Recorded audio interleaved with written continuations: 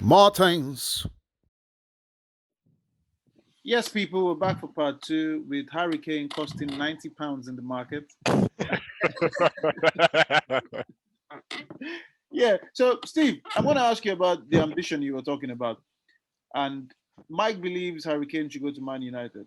Will that be him being ambitious? Because, I mean, as I said, Man United are second in the Premier League. Tottenham have beaten Man United 6-1 this season. Is him going to Man United, especially with Man United not winning any trophies recently, would that be him being ambitious? Or is that just him wanting some change? It will show him being more ambitious than staying at Tottenham. But is his ambition matching his perceived ability? And I would say no if you're Man United, because he should be looking to go to Man City or Liverpool, in terms of they're the two clubs that look to be dominating the Premier League for the next few seasons, and there's projects in place there under established managers. Okay, so Man City or Liverpool will show his ambition. Man United probably would not. It will show ambition, but not as much. Okay, so in other words, all three of you are in support that Kane should leave Tottenham come the end of the season, and he should go to a club that will possibly give him the right to win a trophy. However, I'm going to go back in time just to throw in something in the works. I mean, I know it didn't happen. If Tottenham had won the Champions League against Liverpool, exactly, would we be saying what we're saying now? No. Yes. So all of a sudden, Tottenham would have been a serious team, yes? No, nope. Tottenham would have been a different club, because Pochettino would still be there. The level of investment would be different. That wouldn't. They would have a project. Dwayne doesn't think so, though. No, not at all. Not at all. As far as I'm concerned, last time I checked, they've still got Daniel Levy. Regardless, he's not throwing money left, right, and centre. That project would not be there whatsoever. They'd still be buying the same sort of players. People still wouldn't be going to Tottenham. Nah, they'd be in the same situation. It would be the same way Leicester City won the league, and we respect them. It's the same way Tottenham would have won Champions League, and we would respect them. They wouldn't have been seen again as title contenders for Champions League again. No, not at all. No, the difference, the slight difference is that they pumped money into a stadium. It's not like they're just sitting around putting money underneath the mattress. They're actually using the money for something to grow to a big club. So you think that if they won the Champions League, Pochettino still wouldn't be there? I'm not saying Pochettino wouldn't still be there. I'm saying the level of investment to take them to the next level still wouldn't happen because Daniel Levy's still there. So in other words, what Dwayne is trying to say is that Daniel Levy is still a tight guy. And regardless of what would have happened, the investment wouldn't have been as major. Well, I take it that all three of you are in agreement that Harry Kane should move, even if you have different reasons. And we'll see what happens come the end of the season. Speaking about come the end of the season, this takes me into two topics. One, Aguero has said he's going to leave Man City come the end of the season. He told them, thank you. It's been a blast. It's been wonderful. I mean, I hate to hear the sound of Aguero on TV. That just kills me. It rips my chest into three. Yeah, but he's been a wonder. He's been a wonderful servant for Man City. Now, the question here is this: I don't know where Aguero is going to go to. Probably Spain. Probably back to Argentina. But now the question is: there are rumors that Man City, and this is the words that are going out there. Man City want to replace Aguero with Ings. So now, number one, is Ings good enough to play for Man City? Is he good enough? Would he actually be fulfilling the shoes of Aguero? And if Ings is going to come and replace Aguero, what does that tell us what they think about Jesus? Mike. Boy. Oh, shit. Go ahead, because this man, I thought the guy was the next big thing. In fact, Pep used to big the guy up. Oh, he's this, he's that, he's that. if you're looking at Ings, well, if you're looking at anybody, to be honest, let's not disrespect Ings too much.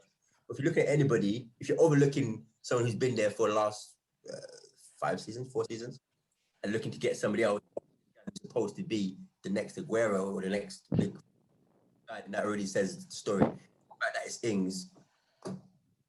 Well, it could be a case that they rate Jesus, but then they're thinking, let's bring in somebody else to help, competition, to give more creativity. But they don't rate it as a goal scorer.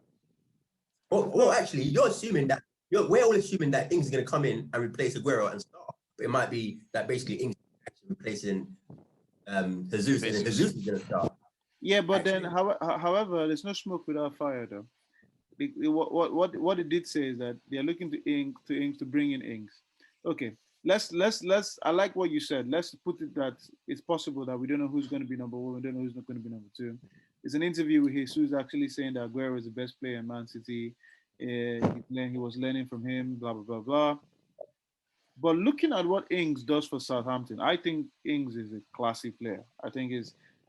One game I can pick out is Southampton Liverpool, the 1-0 game. What Ings was doing in that game, the goal he scored, how he dropped back, and all that story. But let's say what you're saying, Mike, is true. Maybe they're just bringing Ings. If they're going to bring in Ings, they're just bringing Ings to say, you know what, let's all of you tough it out for who will be number one. Because we all know that Man City sometimes can actually play without a striker. But Dwayne, who would you pick, Ings or Jesus, and why? I really like the possibility of Ings going to Man City. I think he would fit them perfectly. Okay, perfectly, because the guy is very good at linking up the play, and he loves being inside that 18-yard box. Them goals that they scored every time, we know the goal that they're going to score. They're going to literally glide the ball down the line to either Gundogan or to De Bruyne or to Sterling, slide it across the box, tap in. We see it all the time. We know what they're going to do. We can't stop them. Nobody can at this present moment in time. Ings is perfect for this team. He's perfect, and he will score a serious amount of goals.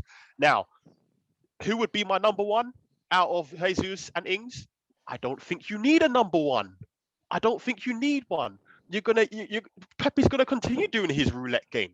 He's gonna continue doing that. And the beautiful thing that I love about Jesus is he's a serious grafter. He hates losing. So regardless of whether he's on the bench or not, he's gonna come off the bench. He's gonna give his best. Ings, if he starts, he's gonna bang in goals as well. I love the move. If it happens, you're going to see some serious goals from Ings. Oh boy, I'm excited. I'm not even a Man City fan. Well, so Dwayne is not going to actually pick a number one striker. He's going to. There's no need. He's going to wing it and possibly see who comes in depending on who they're playing.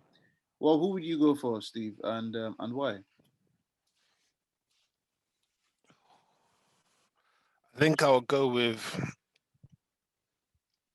Jesus. Why? Just the fact that he's there, he's settled with Aguero going. It's a clear message for him to step up and actually take the number one spot. However, the thing with that, Steve, is that we've seen many games where Aguero was injured throughout the season, and Jesus was fit, but he didn't start. Mm-hmm. So when you say for him to step up, he has had a lot of opportunity for sometime towards last season and most of the season to step up to that. Yes, we can't play without you. You're there. You need to give us the goals. But for some reason, they don't seem to give or to have that much confidence when it comes to that situation. So you picking Jesus, especially when he has been there with an injured Aguero, that possibly wouldn't happen. Especially if they're going to buy Ings. If they're going to buy Ings. If they buy anyone. Yeah. If they buy anyone, that to me the Ings thing is paper talk, isn't it? Yeah, but let's assume they're going to buy Ings. Though. Let's assume they're going to buy Ings, and look at what Ings has done for Southampton. Look at the way he plays. This is a guy that was injured at Liverpool, didn't have much showing, but went to Southampton and he has been balling since. He's been good, but as I said, I still would go with Jesus, just the fact that he's there. So you're one of them loyalty managers. Oh my God, you've been around so. No. Yeah, because at the end of the day, if they didn't think Jesus was fitting the bill, they would have replaced him already. Yeah, but you say that, but then managers think in a very different way. For example, nobody knows what Origi is still doing at Liverpool. I mean, I personally don't know what he's doing there because, but club seems to keep him there. So there's some managers will keep players there, and the players are happy to just be around. I'm not saying Jesus is in that situation. Then they're going to buy Ings, and Ings is going to say, "Look, I want to play. I'm not coming here to sit on the bench." Yes, Pep thinks differently and he'll tweak things, twink that, whatever. But then the question is simple. Who do you look at? Let's assume Man City are actually going for Ings. Who is your number one striker? Let's forget all this, oh, we're going to tweak it, oh, it'd be wonderful to have them both, yada, yada, yada. Who is number one? Because when Aguero was there, we all know who number one was. So who's going to be number one if Ings goes to Man City between Jesus or Ings? Mike? Who are you asking? You're asking me. Yeah. Oh. So Jesus starts. He needs to earn that starting spot. But obviously, two things will happen. One, he's got things breathing around his neck. If he flops, this guy's in. Number two, it takes the weight of expectation off Ings because Jesus is starting. So it's perfect, really. Let Jesus start when expects him to start. If he flops, then Ings can take his time to get in. I would expect, well, Ings might take the number one spot eventually, but starting from next season, it should be Jesus. That's what I say. That's only because I think the perception is Ings is a great player, but he's not a baller. Now, if they bought Haaland or Mbappe, I don't think we'd be having this conversation. We'd be saying, "Oh, start Haaland straight away." But because it's Ings, well, okay. If Man City bought Kane, who would you start? Well, Mike's question is there, and I like that. But Dwayne, don't sit on the fence. Jesus, Ings, who do you start? And when you explain why, if they buy Kane, Jesus, who will you start? So for me, I'm going to start Ings. The reason I'm starting Ings is because I personally think he's a better finisher than Jesus. I think the amount of chances Man City are going to create, I think he's going to score some serious amount of goals, at least 20 in a season. In regards to Kane and Jesus, I love the involvement of Kane's game. You've got to start Kane. Kane Ings? Well, at Man City? Yeah. At Man City, yeah, you've got to go with Kane. That all-round involvement, I don't know what's happened this season. I don't know what Mourinho has done to him, but this is a different player. This is a guy who can, I'm not going to say walk into Barcelona or Real Madrid's team, but my God, you have to seriously consider him. This is a serious guy right now. I'm not afraid to say Kane is world class. You've heard it from Dwayne P. Frank. Kane 100. is world class right there. The Arsenal boys probably wouldn't say that. Their tongue will roll off the ground. Yeah, but Steve, who do you start? Ings or Jesus? And of course, Kane or Jesus? I said Jesus, and then if it's Kane and Ings, no, Kane and Jesus, it'll be Kane. Okay. Well, so that means you elevate Ings. Pardon? That basically means that elevate Ings. Because out of the three, yeah. But then when somebody else who you think is better, which is Kane, you now drop your boy Jesus. Yeah. So the issue is Ings, isn't it?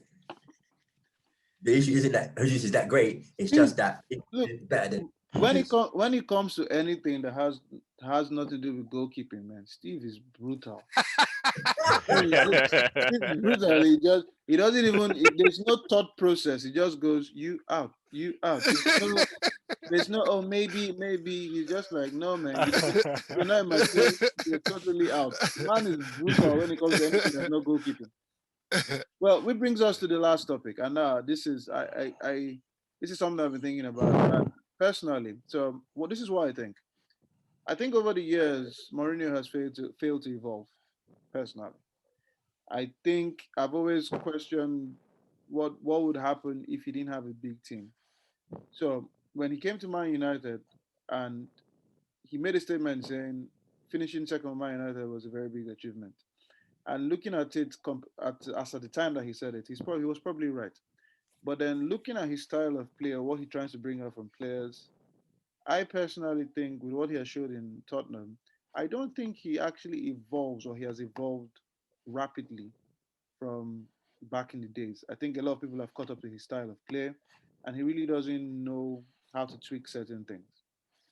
Now, he's one of the managers that when the team is playing well, he's a mastermind. When they're playing badly, is a player's fault. Now, do you agree with me?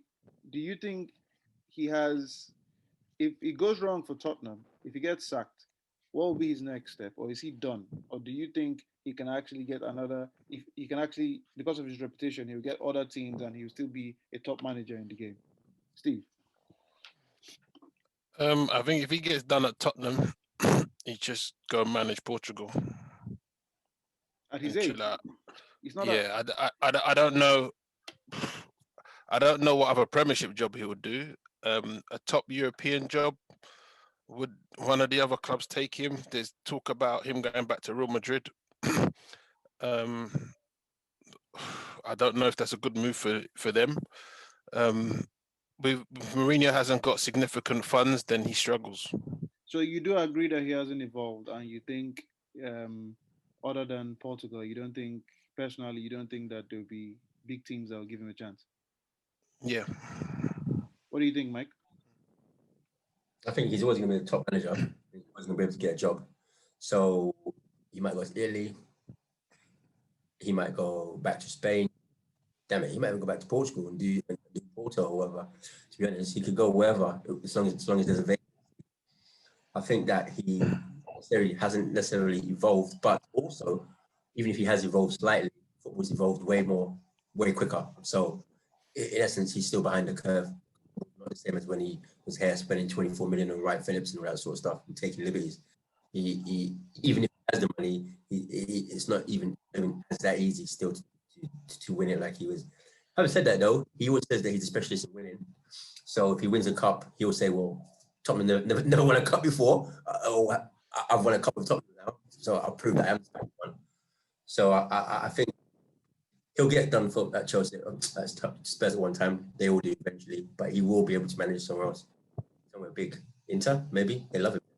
Well, Inter Milan is probably on the verge of winning the league with what's our good friend's name? Conte. With Conte. So I don't think they'll be looking to replace any manager unless he leaves. I also think I don't think he'll go back to Porto because I think he'll look at it as a step down. So I think he has managed there. He has won everything he could win. I mean, he won the Champions League with Porto. Isn't Spurs a step down from Man United and Chelsea though? Yeah, but then it's still, he could still argue that it's a club that is climbing. So, and he'll want to be one, and whether you like it or not, a club in the English Premier League. Tottenham in the English Premier League will still, status-wise, is still higher than any club in Portugal. No offense to any club in Portugal. And if you look at, so in England, he has managed Chelsea, he has managed Man United. He's managing Tottenham that everybody believes is climbing. They have world-class players, the Hurricanes and the Sun and all those players. But then I personally think that everywhere he has managed, he has taken the same style of football. And because he has been able to adapt it with certain stars and certain fighter players, and by fighter players, I mean the likes of Didier Drogba, that, will pull down a whole building just to score a goal. And you have those kind of players, and he has done that. But then when he was in Madrid, he actually won the league with Madrid, but then the players were not happy. So he comes into a team, he demands a certain style of play. The players don't particularly, they buy to it, but then they get tired of it. It's always this looks like we're just running and counter-attack and all that story. And then he ends up picking out one player that he doesn't like. When he was in Inter Milan, he picked up Pandey. When he's in Tottenham now, it's Dele Alli. In Man United, it was Luke Shaw. In Chelsea, Scott Parker, Sean Wright Phillips, and all those players were gone. Yes, he won the league, so nobody was worried. But then, personally, his evolution in the game, as you said, football has caught up more than his evolution. But you guys still seem, I mean, Mike, you definitely think he'll probably get because he's Mourinho. What do you think? If he wants to, no, I'm not saying he will, but if jobs will be offered, whether he takes it or not, it's up to him. But I don't think if that bloody was Big Ed Sam can still get jobs, yeah? Then how the hell Mourinho can't get jobs? Well, because Big Ed Sam is a specialist in relegation, so that's a job most people don't want to touch. So yes, he'll always be available. What do you think, Dwayne? If Mourinho gets sacked from Tottenham, what do you think he goes? In regards to Mourinho, he is what I call a brand. So yeah, clubs will constantly be associated with this guy. He won't be short of what's the word? What am I thinking of? What's that? Jobs? Yeah, that's offers. it. He won't be. Thank you very much, gentlemen. He won't be short of offers whatsoever because he is a brand. You know, has his style evolved? I completely agree with you guys. No, it hasn't. Not at all. You know, he's infamously known for making these right wing backs out of the likes of Cuadrado or Victor Moses or what have you. He's trying. It's sad. Like I'm looking at Bergwijn right now. He's a shadow of a player that he was. The guy should be scoring 10, 15 goals in a season. We're not going to see that now. I don't like what Mourinho does. I don't like his style of football, but the guy's bought trophies. So it's hard to criticize him, even if his game is not necessarily evolving. But I'll tell you one thing. It's got to be the most loyal fans in the world have to be Spurs fans, right? And people might laugh about it when I say that. But it's got to be hard to be a Spurs fan. You don't win anything. So at the end of the day, right, as far as it's difficult, man, because with Mourinho, it's hard as it is. Now I'm being serious, isn't it? Do you know what I mean? It's hard because you've got a manager who's not evolving, right? You know you're not going anywhere. The best thing that probably will happen to Tottenham this season is a 6-1 victory. Ooh, they won 6-1 against Man United. We're in the league. Who cares? Well, so first of all, you did mention the final. You mentioned the final against who? You mentioned Bergwijn, though. I'm putting on handicap. You mentioned Bergwijn, and then you also mentioned the fact that the likes of Harry Kane had improved under Mourinho. So some players don't, and some players do. So that's the thing he comes with. He comes with a mix and match. So some players will improve and some will just fall out the radar. And at the end of the day, the guy is a brand, right? So I don't think he'll have any issues with job offers. I disagree with Steve regarding the Portuguese national team. I think he loves day-to-day too much to actually think about the national team. But where's it? Let me just. So it's not that he won't get jobs, but it's jobs where he's gonna feels not beneath him. He's a manager. He'll always get jobs. Arsene Wenger will probably get offers for jobs still now. But yeah, it's what level he believes is beneath him. And I think at Tottenham, he's at his minimum in the Premier League. I like what you said, Steve. I like what you said because I certainly believe Mourinho thinks he's doing Tottenham a favor. Yes. So that's why I said, for me, the next job for him is a national job, Portugal, because everything else is too beneath Mourinho for him to do it. And the clubs that the Bayern Munich, Real Madrid, Barcelona, I can't see them going for him. The status. Where has he not won a league? Where has he not won a league yet? He's not back. He's always won the league, but it's the clubs are. Can I go through that headache that Mourinho brings? They'd rather give chances to. They seem to be giving chances to young managers. Yes, they don't need the drama around that club. Can I see Bayern Munich hiring Mourinho? No.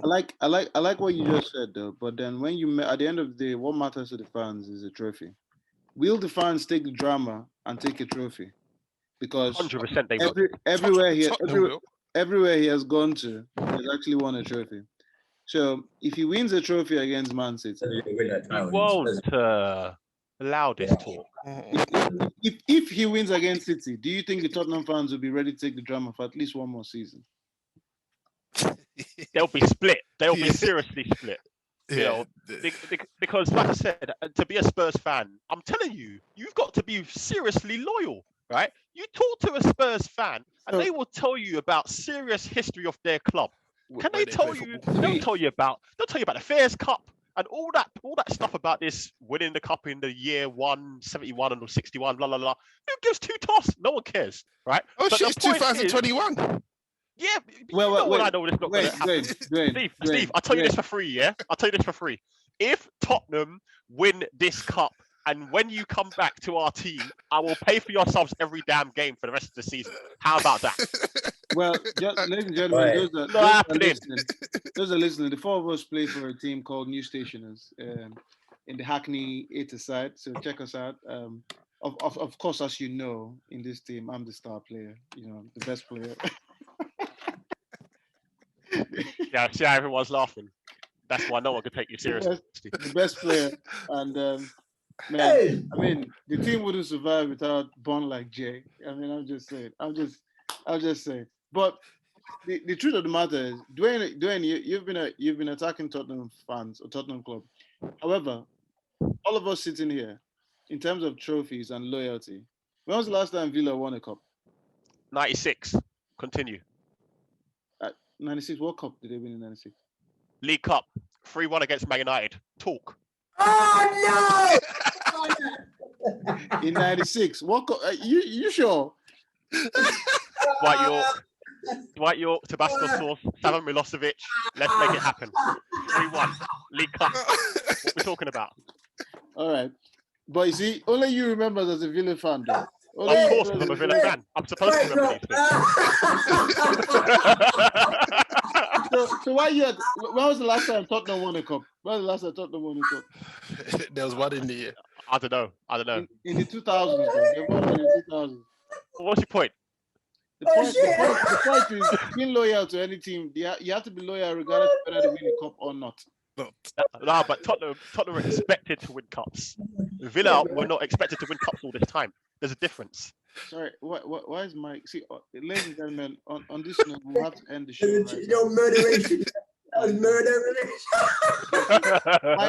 Mike and all the other boys are being very, very unprofessional. So we'll have to end the show right now. Ladies and gentlemen, #bodied. Yeah. Well, thank you, Big Steve. Thank you, Mike. That was like a power driver. Dwayne, we're going to talk about your contract after this one. This is just terrible. This is just terrible. You know the worst thing about that uppercut, yeah, it wasn't even that. Okay, they won a cup. Okay. Who knows who won a cup and it's not your team? But the fact they beat your team. Well, ladies and gentlemen, it's been another episode of Grassroots Chats. Please feel free to follow us on YouTube and comment and share and subscribe and all that story. You can follow Dwayne Frank or his predictions. Yes. And the lads will be in here in 2 weeks' time. Thank you, Big Steve. Thank you, Mike. Mike probably doesn't seem like he will sleep tonight. Just end up laughing all night. That's just terrible. Ladies and gentlemen, Grassroots Chats. Thank you for listening.